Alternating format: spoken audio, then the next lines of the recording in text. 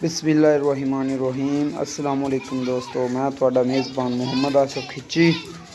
दोस्तों तुसी देख रहे जे 385 फार सेल। दोस्तों ये 18 मॉडल है और ये भी नाल दसदा जावां कि खड़ा है मंडी बहावलदीन विच और पाकपतन दा इनू नंबर लगा हुआ जे 2018 मॉडल है और कैश दा ट्रैक्टर है ना कि बैंक का। और दोस्तों ये वीडियो मैनू भाई ने व्हाट्सअप की है तां वास्ते मैं खास थानू नहीं विखा सकता, नहीं तो अपनी हर वीडियो में थानू इन दे टायर रिम अलग पिछला हिस्सा सब कुछ दिखांदा।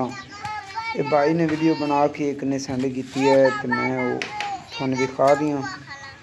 दोस्तों ये थानू दस सकना भाई नाल गलबात हुई सी कि ट्रैक्टर सारा ओरिजिनल है, कोई चीज़ ट्रैक्टर की बदली हुई नहीं हैगी जे, सिर्फ इनका पंप होया हुआ है, पंप होना कराया सी, बाकी सारा ट्रैक्टर जेन्युइन है, कोई चीज़ का किसी का काम नहीं होया हुआ।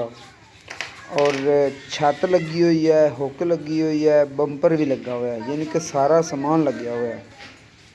तो माशाल्लाह ट्रैक्टर बहुत खूबसूरत अच्छा ट्रैक्टर खड़ा है, यानी कि उन्होंने संभाल के रखा है। और जी इनकी डिमांड वो करते हैं वो सारे होगी जे 12,90,000 रुपया। अगर कोई भाई दोस्त अगर पसंद करता है तो उन्होंने प्यार मुहब्बत भी कर लेंगे।